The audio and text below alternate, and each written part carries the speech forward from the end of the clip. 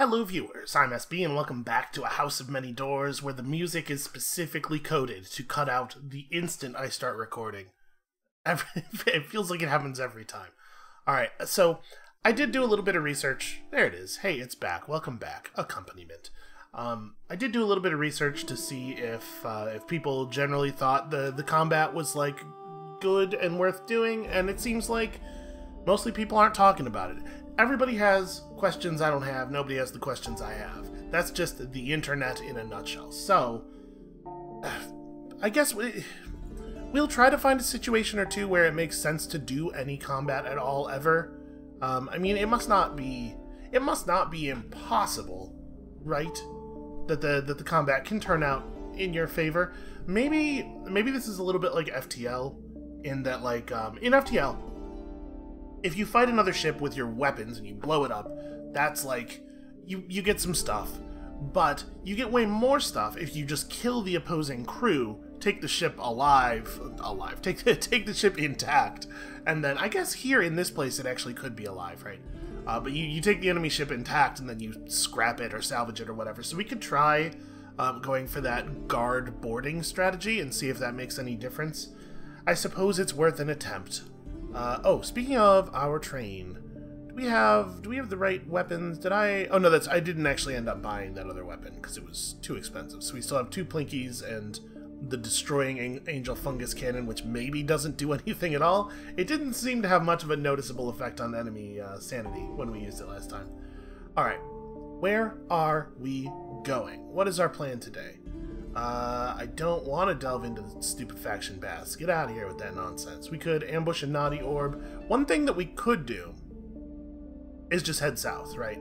There's this big empty area, and I mean, we know that there are locked doors around here, so I kind of wonder if we'd be able to get to what's on the other side of those.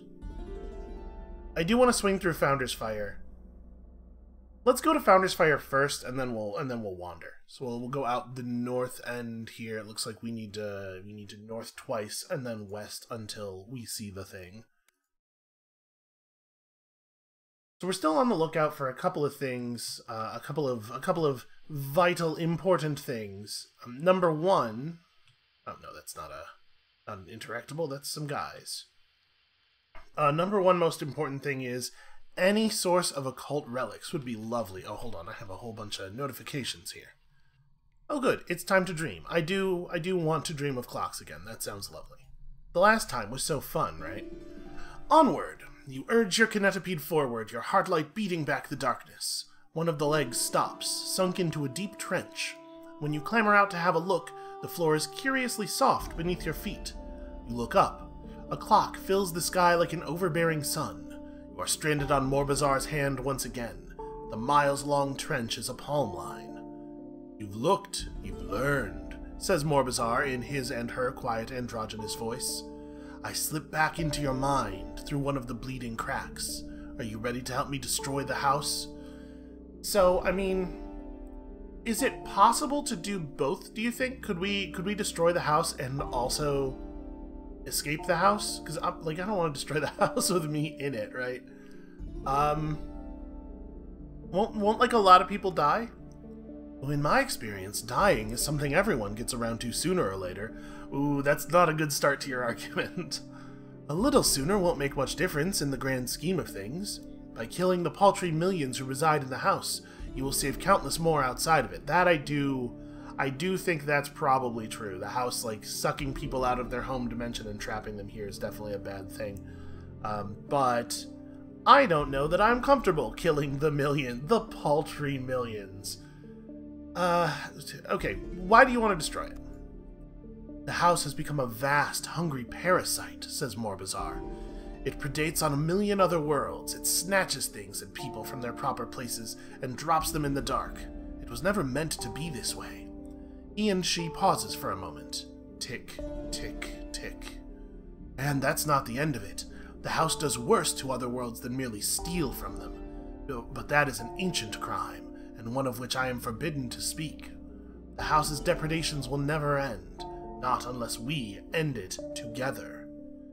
Okay, well, it feels a little stupid to ask why should I help you at this point, because I feel like he and she has made their case, but it's here. Let's click it. In truth, I do not much mind whether you help me or not. I have had this conversation with you many times before. I will have it many times again. In the grand scheme of things, your answer in this particular instance is utterly inconsequential, but it might affect you rather a lot.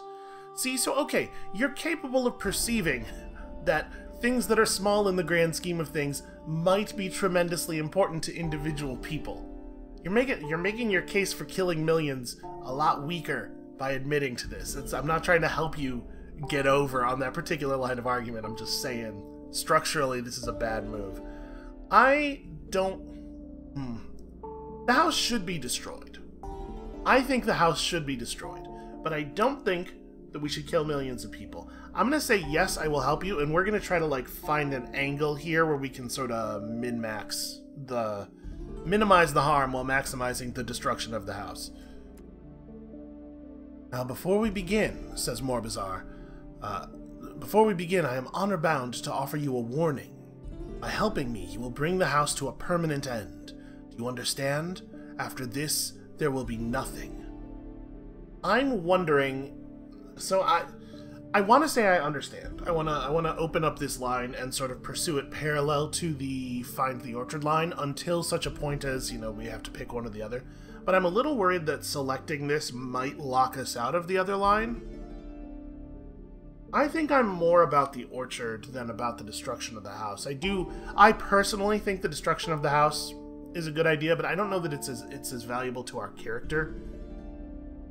I think our character is probably in more of a visceral, get me the hell out of here kind of place. I'm going to say I understand, and I'm going to hope that doesn't lock us out of the other thing. The gargantuan clock tilts forward, a near imperceptible nod. Good. Go and learn more about the house then, Wanderer. When you dream of me again, I will tell you what you must do.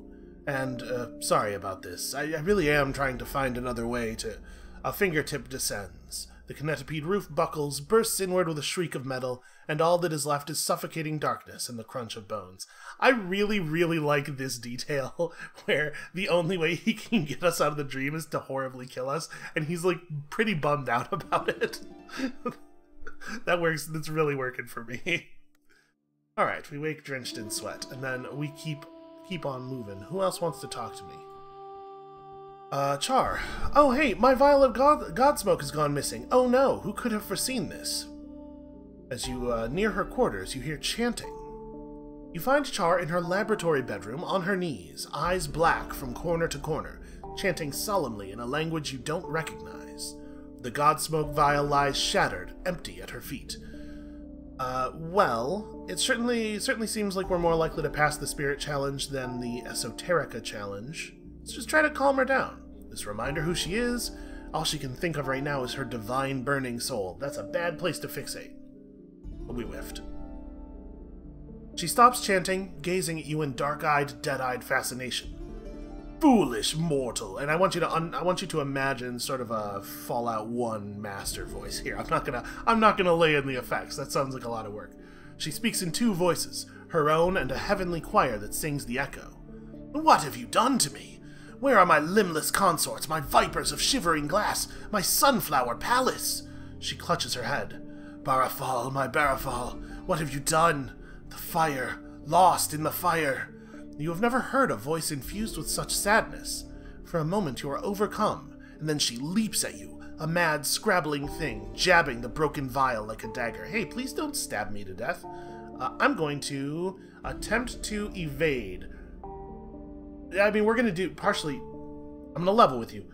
My initial feeling was just like, hey, this is the one that's more likely to work. But also, if we think about this in the context of our character, dodge and try to help her is way more our style than punch her in the face and fix it afterward, right? You leap out of Char's way. For a while, she swings the broken glass at empty space. Then she resumes her original position, curled up and muttering. You better bring her down soon, or one of you is going to end up dead. Okay, I'm going to try this again. We whiffed the last one, but you know, now she's a little looser now. There we go. You talk to Char in a firm, soothing voice, which is kind of my whole thing, and slowly the blackness in her eyes recedes. The merest tinge lingers at the edges. Oh, she says, rolling onto her back. What happened? She gazes at the smashed vial and comprehension dawns. Oh, not again. Alright, well there's no point in being angry now. I'm trying to like bring her down, right? This is not a time to be shouting at people. I appreciate it, Mucker, but I don't deserve your sympathy, says Char. All I've ever done is make things explode. Literally, figuratively. Family disowned me, alchemists kicked me out. I always knew I should stop, but I just never really got around to it. She holds her hands to the light. They're alchemists' hands, discolored and splotched from years of handling chemicals. I wanted to change the world once. I need some time to think, Muck. She turns away. She looks furiously angry. Hopefully more at herself than at me. Alright, I mean, she said she needed some time to herself. I'm gonna assume this has been enough time. I can't find her anywhere. I listen for chanting, but I hear nothing. You find Char out on the upper deck, sitting next to a small heap of vials, syringes, powders, and bottles. She's slumped to one side. Okay, well, let's rush over. Maybe I shouldn't rush over there. Last time I rushed over to her, she tried to stab me. Yeah, but still. Oh, don't fret, says Char, holding up a blotched hand. I'm sober. She picks up one of the gray-green bottles and hurls it forcefully into the darkness. There's a distant tinkle of glass. You know what's addictive about god smoke? Nothing chemical. It makes you think you're a god. You remember a world where you were worshipped. You know that death can't touch you. And it hurts, too, but it's a sweet kind of martyrdom. She throws another vial. It's not earned, though, is it? You think you're all-powerful, but real life marches on without you. So, I'm gonna not interject here. She's kind of like off on a thing. She's clearly talking to herself as much as she's talking to me. I'm just gonna listen. I'm giving up god smoke and everything else. Char throws another bottle. Well, I mean, not alcohol, or laudanum, or powdered toadskin, but everything else. She sweeps the rest of the bottles and vials over the edge, and they vanish into the darkness. I only have 3 talents. I'm the life of any given party, obviously. I'm great at convincing people to trust me, even when they know they shouldn't, and most of all, I'm a pretty damn good alchemist. Take me back to the alchemist's spine in the City of Knives. They kicked me out for a variety of reasons, but mostly it was the drugs. Maybe when they see I'm serious about quitting, they'll take me back. I don't feel like we should press our own concern in this moment. Like, first of all, I think our character's sort of a self-sacrificing guy in a general sense, but secondly, like, she's clearly going through a thing right now. Yeah, I'll do it. She looks at you with plaintive eyes. Is this her second talent in action? Listen, you don't have to convince me to trust you even when I know I shouldn't. That's my whole deal, lady. She seems to struggle with herself for a second, and then punches you in the arm. I appreciate it. Her eyes seem a little clearer. She peers over the edge. In retrospect, those were worth a lot of money, she mumbles. Yeah, okay, so back to the city. I mean, listen. I'm sure that the shape that narrative is going to take is going to be that she decides not to just bail on the crew for whatever reason. Yeah, show me your map. What do we got? Map updated Hextall. A place called Hextall is marked on their map, below a greasy splodge of what looks like bird shit. Okay, hey, look at that. We got something. What is Hextall? Oh, apparently it's quite nearby. Well, let's go say howdy. Here, I'll let you guys take that entrance. I wouldn't, if I were driving a train around in the house and somebody was following me through one of the doorways between the rooms, it'd make me real nervous. So we're not going to do that to them. Even though we did just have a friendly interaction. Listen, people here are not exactly always constant. I mean, also that's true literally everywhere else, but here especially.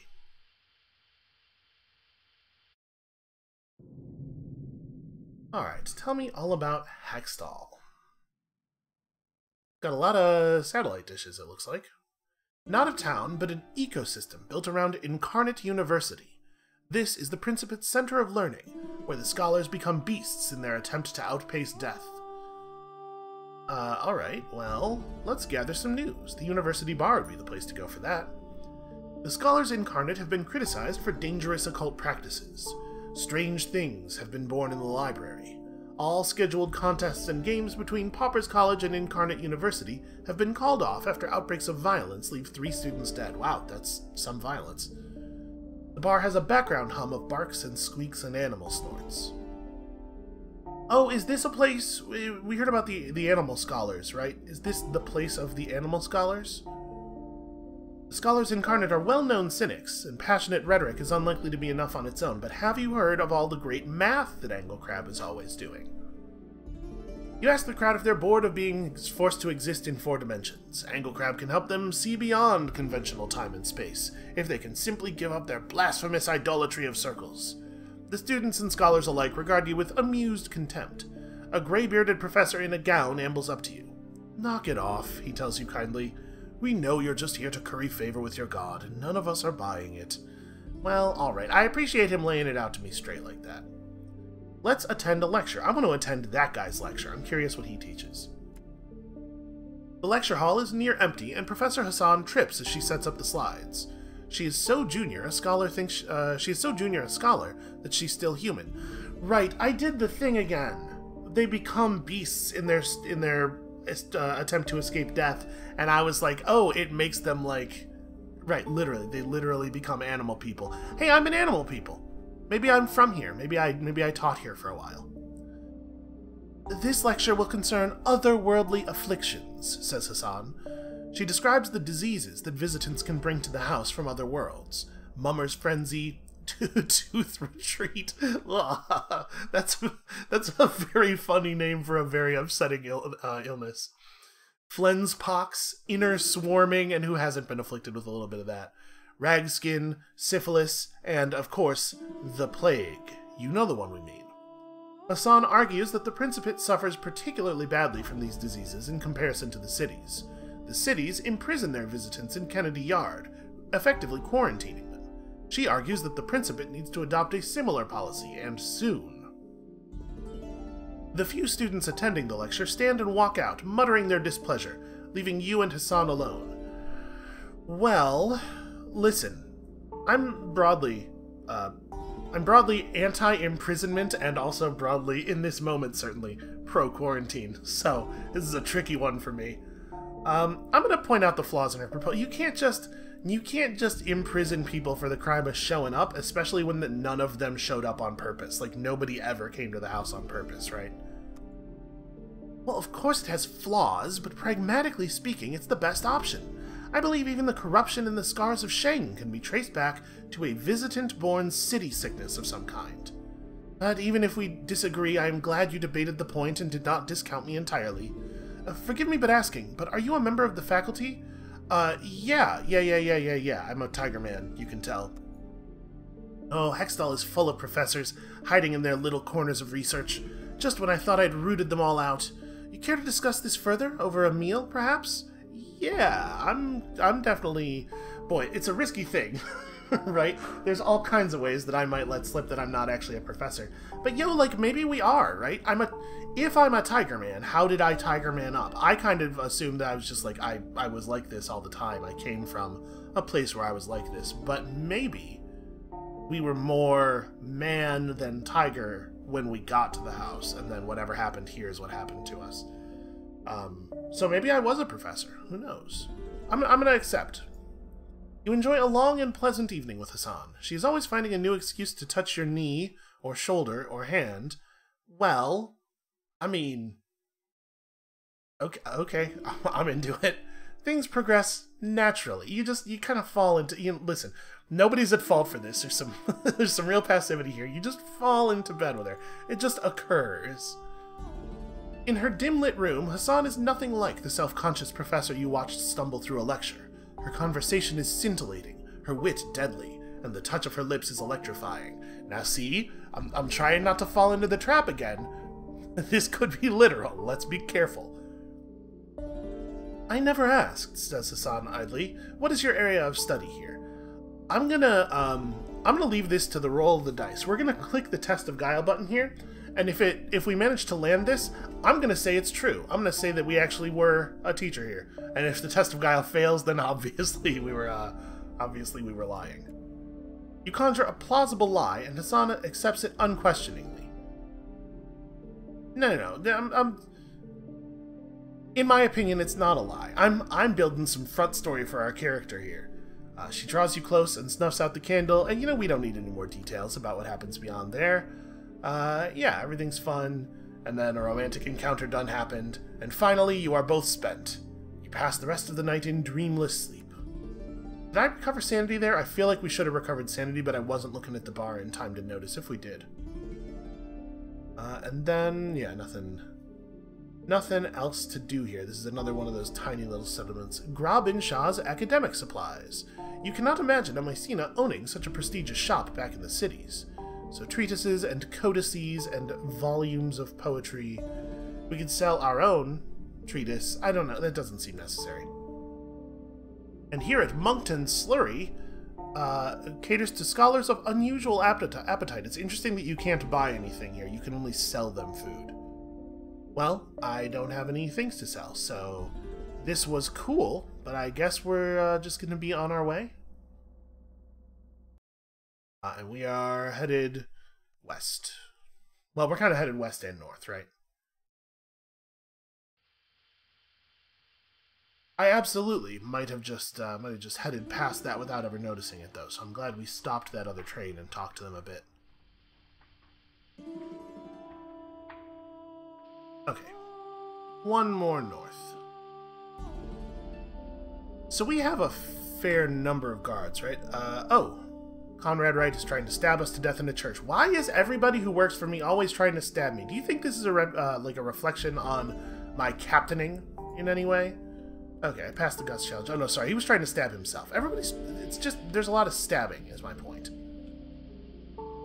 This tiny little train. I'm gonna fight him. We're gonna fight these guys. Oh, maybe they don't want to fight. Much like your own, a Kinetipede train much like your own lurches up alongside you. He's a merchant and his train was hit by bandits. They took all his goods and his money, but more importantly, they took most of his fuel. We can give him fuel. Yeah, man. I'll hook you up. Give him enough fuel to get home. This is 5 fuel. We can afford to part with 5 fuel. And I would hate it if I was lost in the dark and people just didn't give any fuel to me. Oh, I'd be so mad at them. He sags in relief. Oh, thank you. Sorry. Thank you, he says, and he won't stop saying it. He almost weeps it. He tells you he wishes there was something he could give you, something the bandits hadn't stolen. But there isn't. Sometimes a good deed goes unrewarded. After he returns to his Kinetipede, you hear a ragged cheer from his crew. Hey, listen, the reward here is that we get to be the person who saved all those lives. And while that probably wouldn't be sufficient, necessarily, for a lot of people, for our character, that's our whole deal. Again, self-sacrificing. I think you would have a hard time playing a character who's not a little bit self-sacrificing in this game if you're going along with the crew member subplots, because so many of them kind of ask a lot of you for the promise of very little in return except the knowledge of what will happen if you do the thing. The reward is sweet, sweet content. All right, back here in Founder's Fire. It's always a good time. Let's pay for some information. The Circle has successfully summoned an entirely new species of otherworldly animal for the menagerie. Oh, wait, is this the place where we can sell beasts? Because we definitely have some beasts to sell. The Prince's hands are seeing petitioners again. The Tower of Billowing Silk was temporarily down following an incense-related fire scare. Well. And let's... the menagerie. Yeah, cool. So we have a whole bunch of dangerous beasts who are alive. Let's just sell those. That was a cool 800 guineas. I thought I remembered the place where they were buying all the stuff was further south. My memory is so bad. Alright, let's submerge ourselves. Oh, let's repair our hull. It's super cheap to do it here. We may as well. I don't know... There are so many things that say you spent X days doing stuff in town. I have no idea if any of it matters even a little bit. What do we want to do? We may as well bid for the Prince's favor while we're here. So yeah, we're going to be attending another party. We're going to bluff our way in. It did not work. Okay, well, we tried. Submerge yourself in color and spectacle. Oh, hey, cultural knowledge for the six-fold principate is definitely a thing we actually need. The heave of the city swallows you instantly. Alien beings of unrecognizable aspect glide amongst the crowds, attracting very few second glances. A clucking family of chicken-headed pygmies stream past you, arguing loudly. A man with the hindquarters of a zebra lies in the gutter, one delicate leg bent wrongly, begging for coins. A man with horns and charcoal eyes tries to sell you peanuts. You walk through tiny ghettos, some less than half a street, filled with creatures you've never even heard about. All of them cling to the relics and traditions of their old world. So, are animal people just a thing all over the Principate? Maybe studying at the university is not the only way that you become an animal guy, and like there's a whole... There are semi-unique-ish animal people, right? Like, we've never seen another zebra. We've never seen another tiger man. But there are the Karchars. There seems to be a whole lot of Karchars. So I wonder if some of the animal people must be from some other worlds drawn into the house, unless Incarnate University just tends to turn people into sharks, right? Could be. I guess as we continue to attain cultural knowledge, maybe we'll find some of these things out. Alright, and then, do we have stuff that we could sell? Do I want reputation with the Principate? I don't even know. I feel like seditious whispers should be worth more than 50 guineas. I don't know, man. I'm not gonna bother selling anything here. We are not desperate for cash just this moment. To conduct a delve, you must spend reputation. I guess we could rest and recover. Take a moment here and get sane again. And then we could try to delve deeper into the Founder. We got a little bit in, right? But we have not yet seen a floor where like it's completely unreasonable for us to win challenges. Right? I think the Founder's the first one of these that we started delving into. Yeah, we could probably make some progress. At the top of the Founder... So does it tell me head deeper? It doesn't actually tell us how many floors we got down before, and I do not remember. Well, deeper we go. You pass the engine's core. Its glow is so bright that it almost blinds. The nearest wall is mounted with a dozen flickering screens. As you pass, all of them broadcast an image of your face, and yet intruder, etc. The effect is unnerving, but nothing else happens. I am disquieted, but not so much that it actually affects my sanity. Small metal spheres float overhead, broadcasting tinny music at an unpleasant volume. At first, it's bearable. At first. Alright, a little bit of sanity lost. I'm feeling kinda anxious. Heat, sweltering heat. A crew member faints and must be dragged back up top for air. A row of tall glass columns. Slithering things press against the inside. You notice Emery Underwood pulling a knife from his belt, staring at you with an odd, unfocused glare. Emery, we talked about this. Obviously, we passed the challenge. Voices in my head. Sorry, Captain. Won't try to stab you again for at least the rest of the day. Again, everybody always with the stabbing. Why do I even let my crew have knives? Alright, deeper still. A door hisses open as you approach, belching cold vapor. Have a nice day, it commands. You have reached the end of the first floor. Okay, so maybe we had not actually gotten down in the Founder? I feel like we had. Had we gotten down in the Founder and then died, maybe, and lost that progress? I don't know, whatever. Let's head deeper. We can certainly press. The corridors are littered with steel coffins, scattered like shaken chess pieces.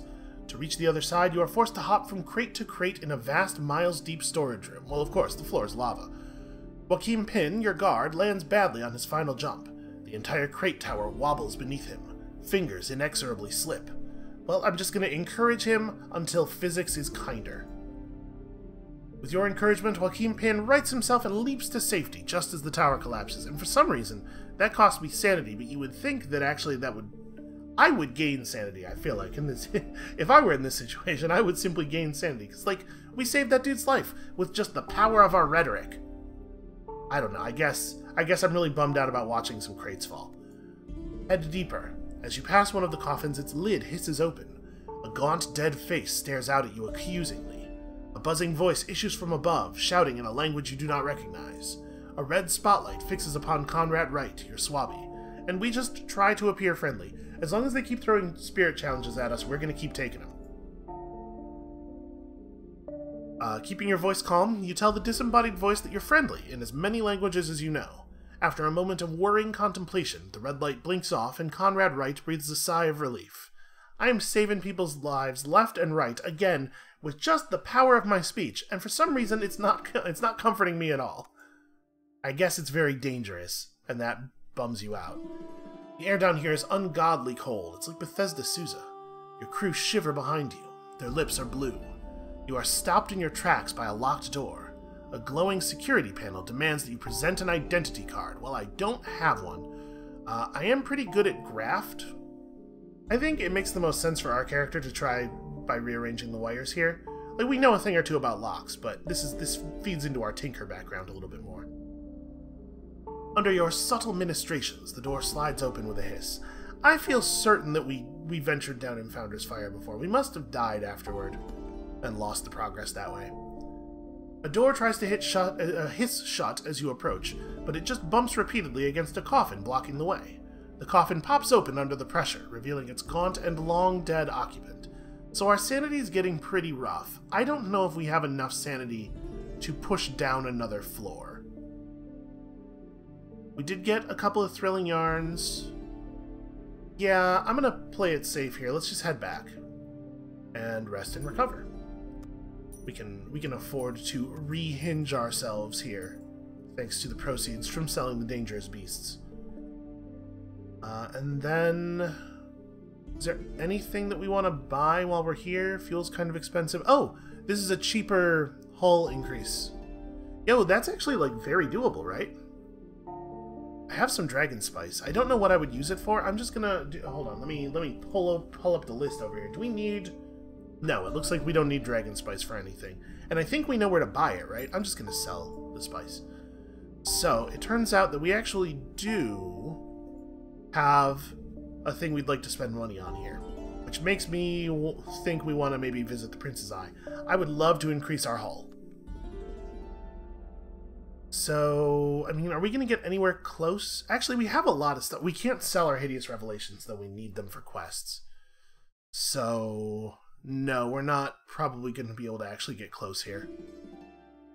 I do kind of want to keep my reputation higher than 0 here, though, because I want to be able to delve again. Let's sell our Terrible Secret here. And then... oh, we have multiple Terrible Secrets, and I don't think we need them for anything else, so yeah. How many Terrible Secrets did I have? I should probably, like, tell you on these things. Sell one of your 6 Terrible Secrets. Yeah, let's sell some other stuff. Do we need the Knowledge of Dread Machinations? I don't think so. We can't part with the Hideous Revelation, but we can now buy that improved armor. So let's do that thing. The burnished steel coat. And then we should sell a little bit more information just to, I mean, listen, I got conjecture. I am positively laden with conjecture. These seditious whispers, oh, I've heard them. That has happened. Alright. That should... I mean, that should be enough guineas to get where we're going. Make sure that we apply that. I mean, it helps. Oh, it didn't... They sold us busted plating. We have to get the plating repaired. Well, go ahead and repair it, and then we'll just sell some more information. We don't need to have a lot of money. Let's sell a portentous dream. Okay. I feel like we're cool there. I don't think we want to get rid of all of our portentous dreams, but 42 should enable us to, like, emergency buy a little bit of fuel somewhere if we need to. I don't think we're going to need to. Alright, well that was very productive. Let's save the game here. Make sure that we're not going to lose progress. So, at this point, we can certainly go to ambush the Naughty Orb, and I mean, we're probably as combat ready as we're going to be anytime soon. So, yeah, let's go to that. Or we could just wander out into the dark and hope that our navigator reveals something to us, and then hit the Naughty Orb thing on the way back. Yeah, let's try something like that. I'm gonna go south and kind of like southeast a bit for a while, and we'll see how things go. All the doors are locked down to the south. So we need bottled darkness, which means that we need to... The way we got bottled darkness before was at a well, right? We pulled up the bucket. So I think that's a thing that we need to do. Wow, we lost a lot of sanity from that. That is a that's a big expensive loss.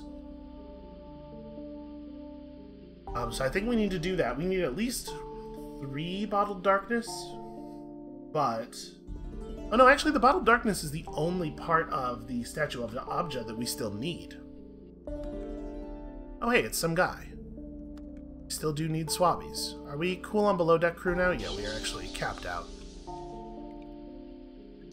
Let's see... at some point here we should be hitting the locked doors, right, pretty soon. A collapsed library. Sadly, there is nothing for us here. I just want to see if there's another little city around here somewhere. In theory, we only have to get kind of close to something to have our navigator have a chance to put it on the map, because like obviously it doesn't always happen, or we wouldn't have needed somebody to tell us about Incarnate University. We got quite close to that before. So where am I relative to stuff? Alright, we do have to keep an eye on our fuel. We want to make sure we turn around before we hit the point of no return. And unfortunately, we're just going to have to estimate where the point of no return might be. I'm sure we'll start seeing locked doors soon.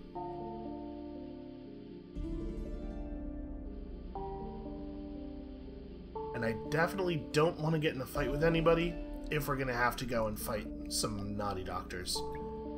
It's like...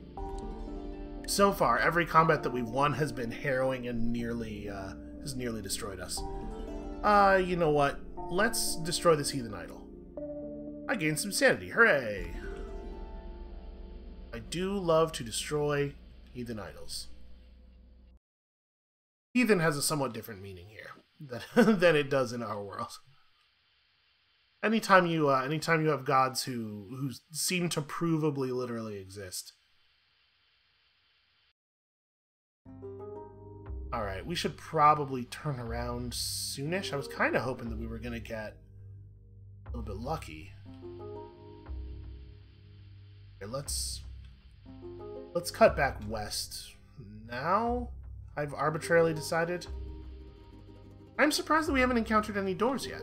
Any locked doors, I mean. Aha! Or maybe we have.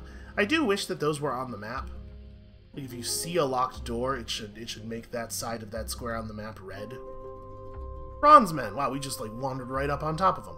A patrol of bronze men, the Principate's most feared and renowned troops. You can see their gleaming faces gazing impassively down at you through the windows of their aerostat. The name is not metaphorical, because things here are they're so rarely metaphorical. In secret occult rituals, the bronze men are flayed alive and their skin replaced by a supple shell of metal. They are left resembling nothing more than shining, moving statues. After many years, of course, the enchantment fades and leaves them as statues truly, monuments to the slowly suffocating hero trapped inside. Wow, that's a very thematically dense idea. I do not wish to fight them. Yeah, man, there's something really interesting going on there, right? With the way that the idea of heroism is a prison that we impose on people. Conceptually rich. If there was one thing I was going to say about this game, it's that it's conceptually rich.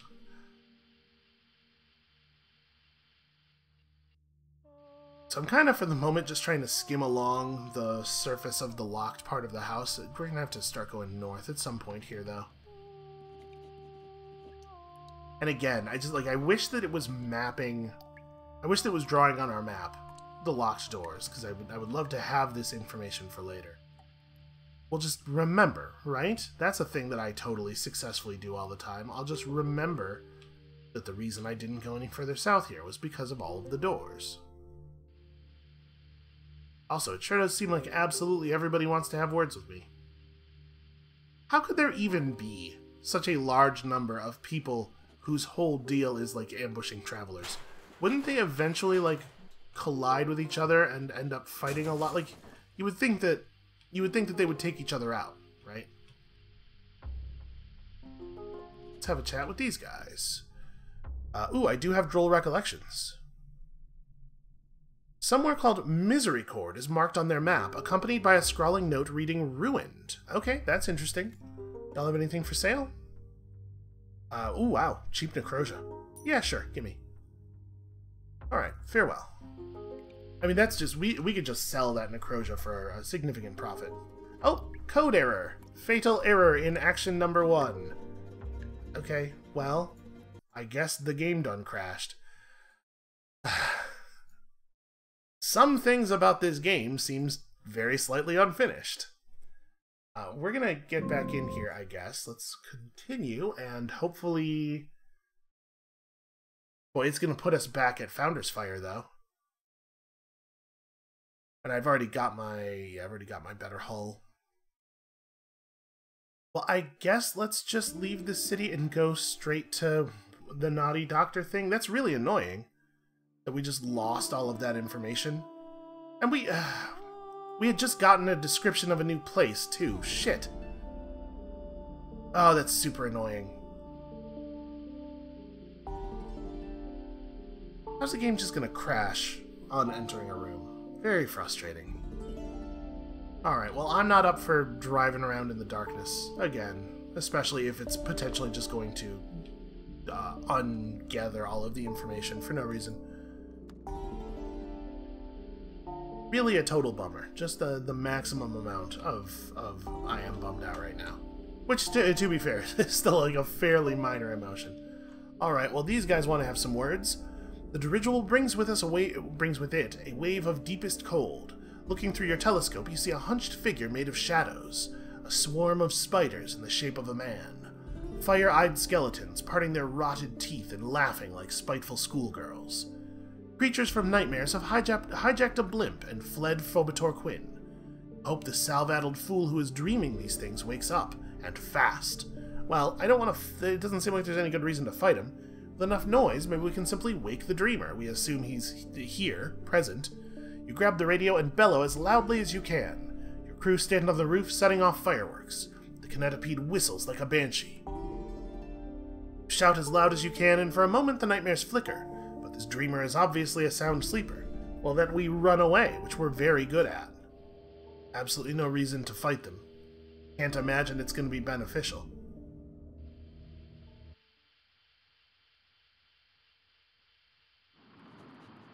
It is pretty broadly the case that you can just run from everything, which, like, that does make the you could turn off your heart light and enemies don't see you system a little bit unnecessary, because, like, why bother? Most enemies are just, like, terrible at catching up with you. A test of guts, a test of guile, okay. Cool, and then they started right on top of us. It didn't actually move them back anywhere, so we still have to run from them. Alright, I think we just want to go west now, right? We got a haunting vision, yep.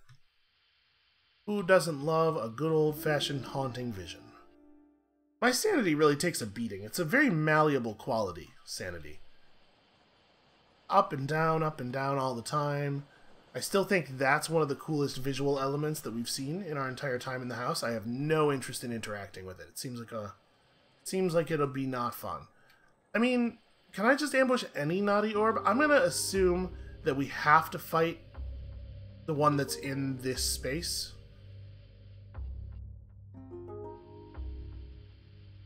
Who knows? It may or may not actually be the case.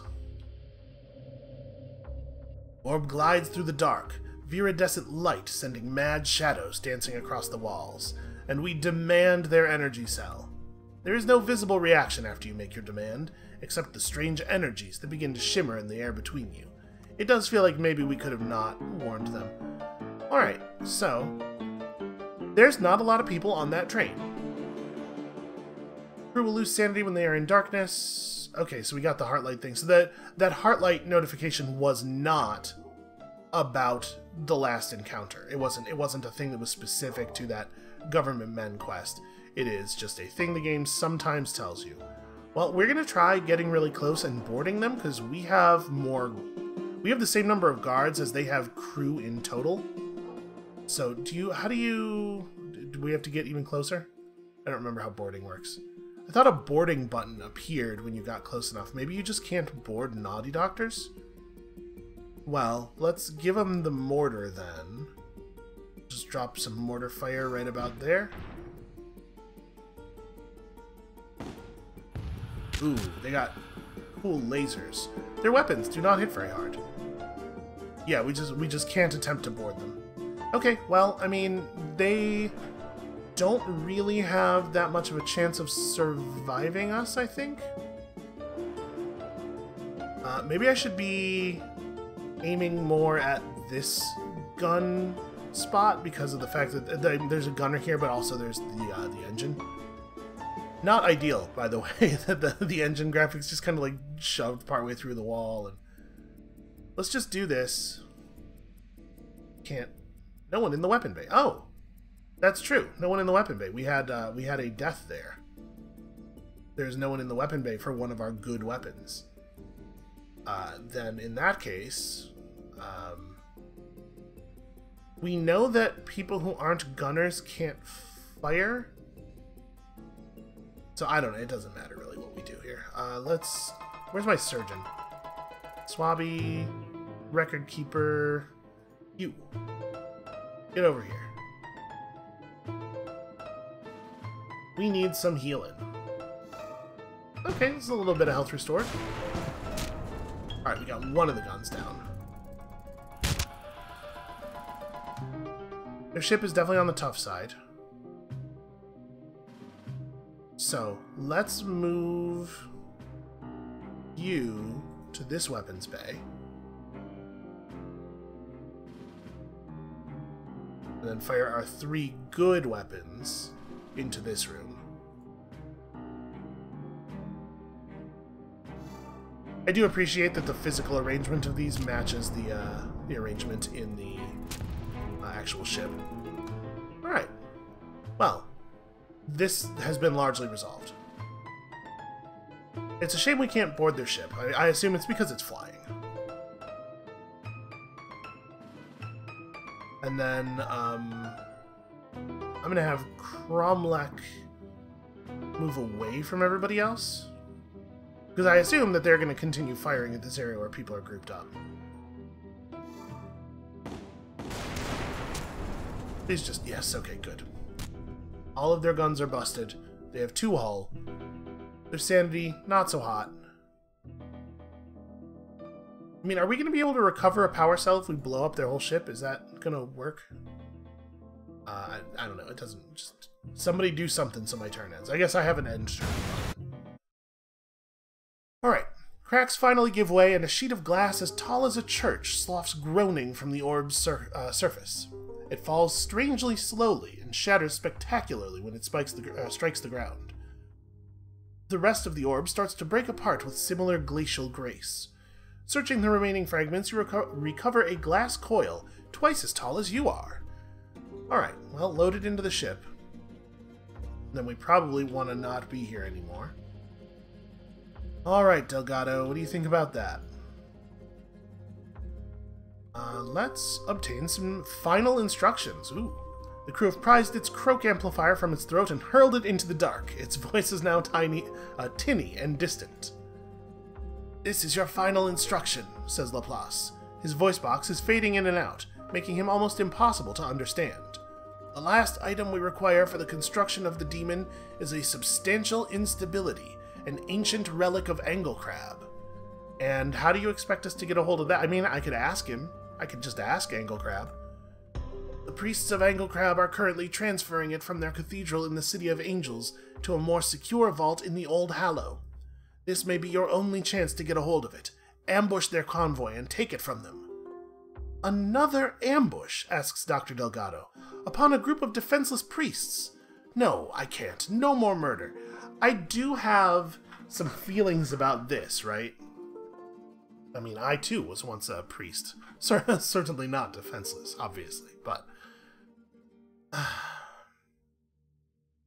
But if the demon can get people out of the house, and I mean, like, from a narrative perspective, we know that this can't work, right? Because if it did, it would invalidate the rest of the plot of the game. If this thing could actually do what we're being assured it can do. But, like, our character doesn't have the structure of the game's plot to make this judgment from, so what makes sense in universe? What is a diegetically sensible decision? I think we probably... I kind of want to see it through. I kind of want to see what will happen. I think our character's esoteric... our character's interest in the esoterics is maybe going to pull us in this direction, because I'm really curious what will happen. Demon is the only way, in theory, to return Dr. Delgado to his old world, and this is the last thing that needs to be done. I shall simply persuade him, for I am so very persuasive. No, Dr. Delgado fiddles with his tie.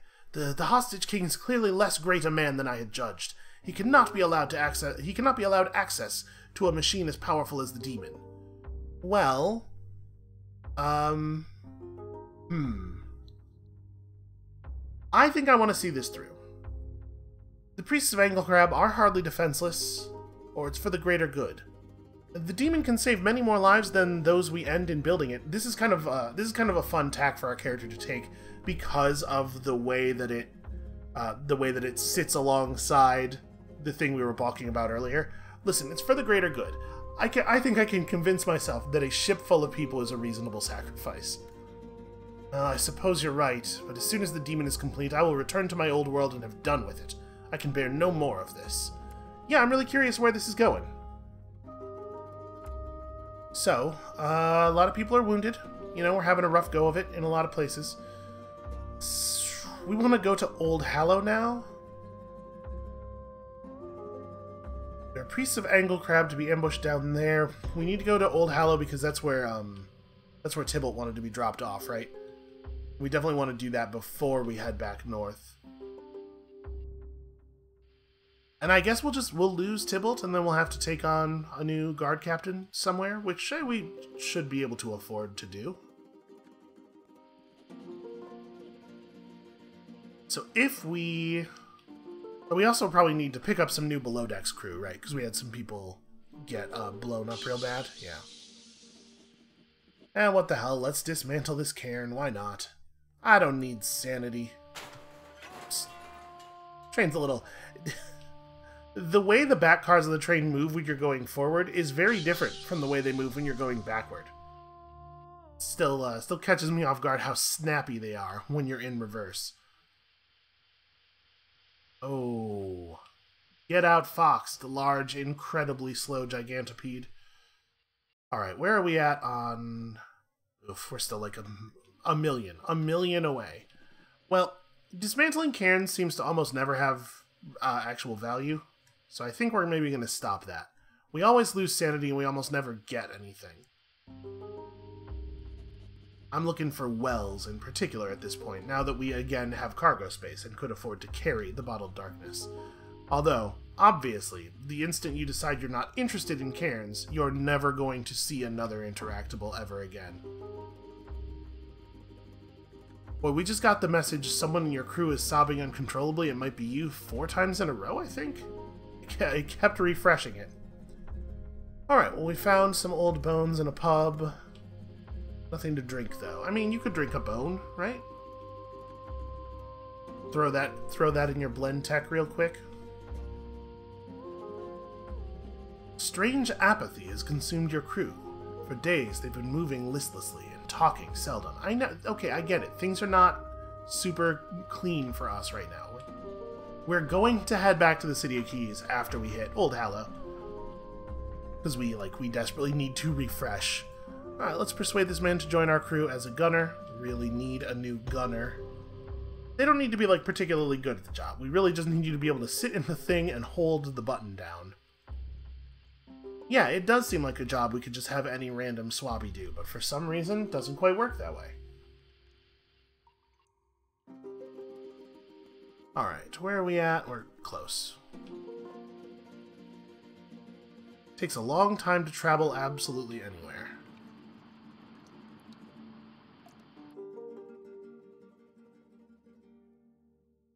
Alright, your guard captain is no longer in recovery. Well, we'll see about that. Let's say your goodbyes to Tybalt.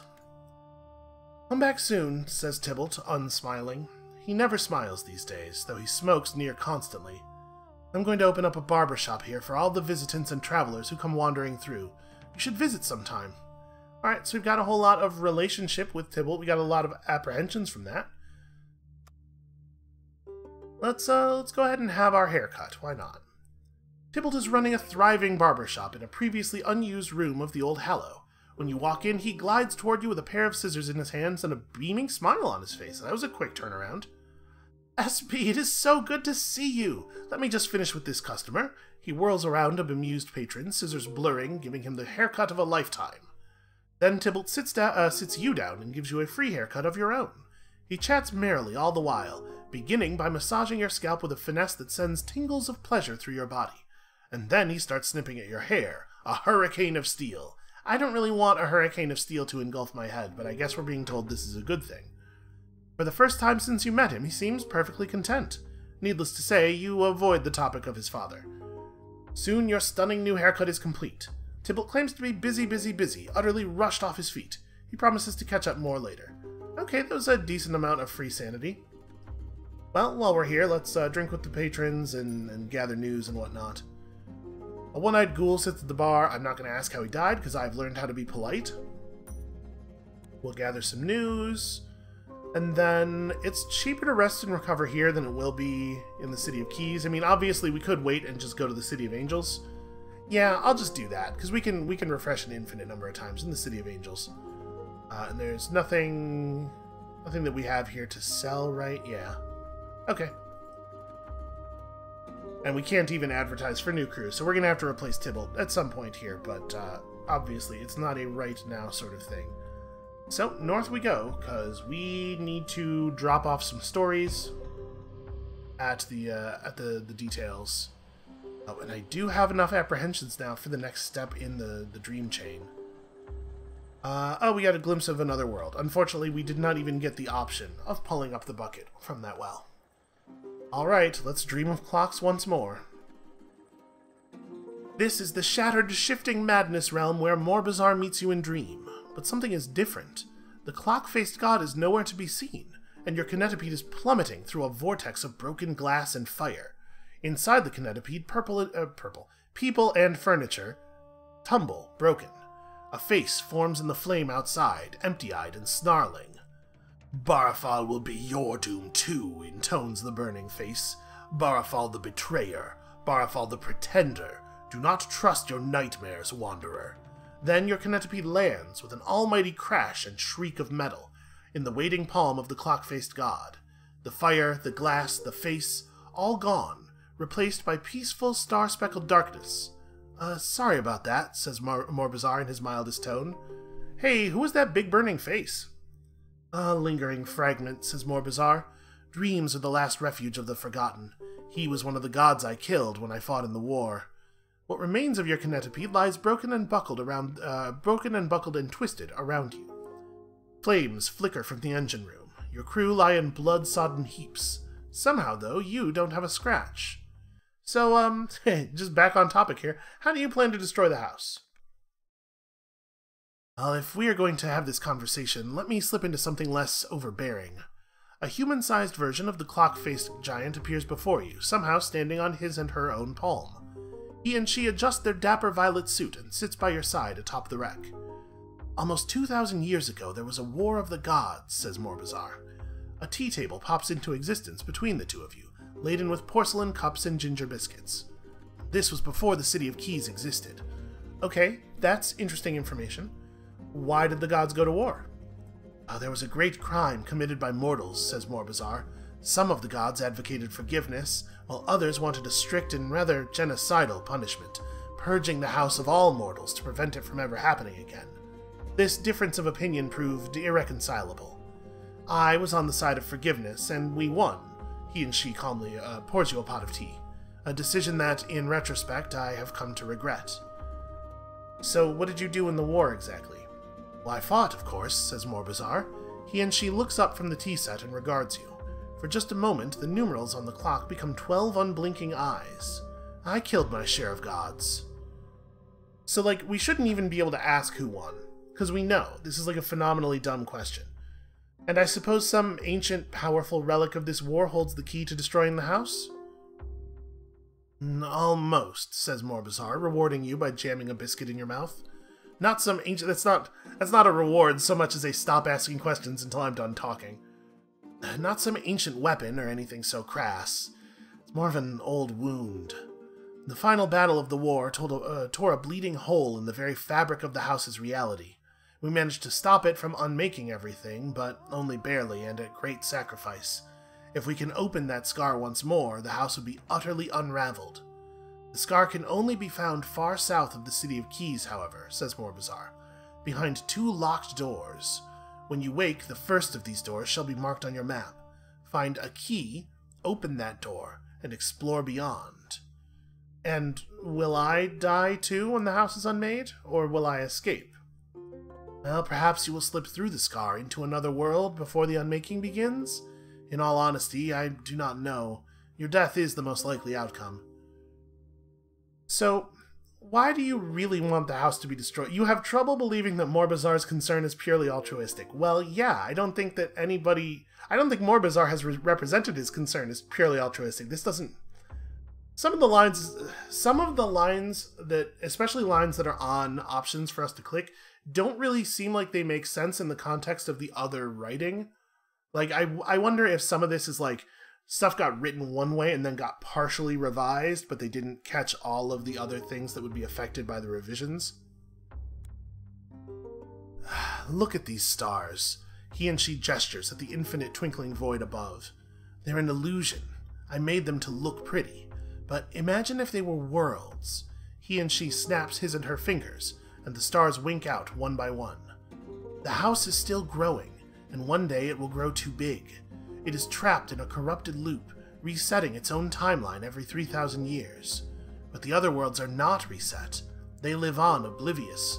From our perspective, the house has only existed for a few millennia, but from their perspective, the house has been stealing from them, and worse, for millions of years.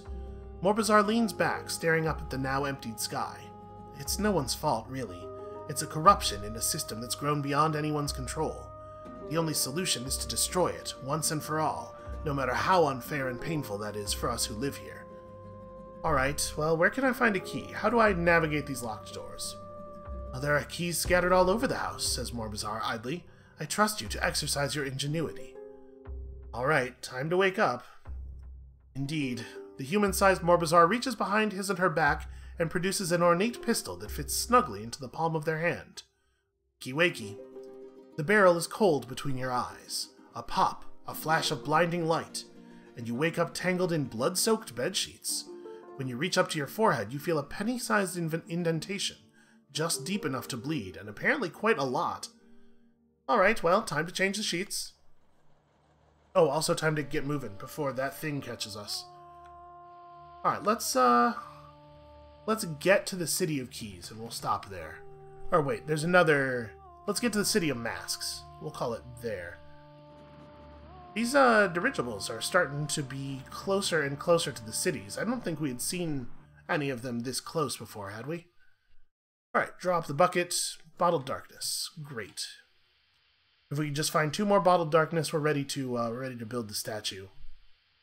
That means we can stop carrying Necrosia around, which will make things a lot easier on us in terms of going back to the city. Old bones and nothing else. So I wonder if you actually do have access to the keys without having had that encounter, or if you have to do that before you can start interacting with the locked doors. All right, let's visit the Drifting Bean. Wow, 100 guineas, not bad. We'll gather some news. We'll not do anything else, really. I guess we can wander the streets here real quick. You seek out curious nooks and crannies, avoiding popular whatever. We've seen this thing before. Call out the masked woman. Sit by her side. Who can say no to half a peach? I'm gonna try to do the same route that we took through this before. But this time, fingers crossed, pass this thing, right? A test of insight? Nope, failed it. Well, we certainly have lots of horrifying ordeals now. Okay, and Yeah, we can afford to advertise for a new crew member. Let's do it the expensive way. We could contact an old friend, but obviously, I don't want to do that. We need a new guards captain. Okay, cool. Ashen, a gaunt woman with several moderately horrifying scars. She won't speak of her past. Well, that's exactly what we're looking for. Hey, that worked out. That was lovely. Alright, I think that is probably the place where we ought to call it for today. Thank you all so much for watching. It seems like we're making some progress on some plots. I have no idea how the game actually comes to an end, or presumably if you escape from the house or destroy the house, that would end the thing, right? I have no idea what percentage of the way we are to accomplishing either of those goals. But when you come back next time, tomorrow, we will certainly attempt to further them. And we'll see you then.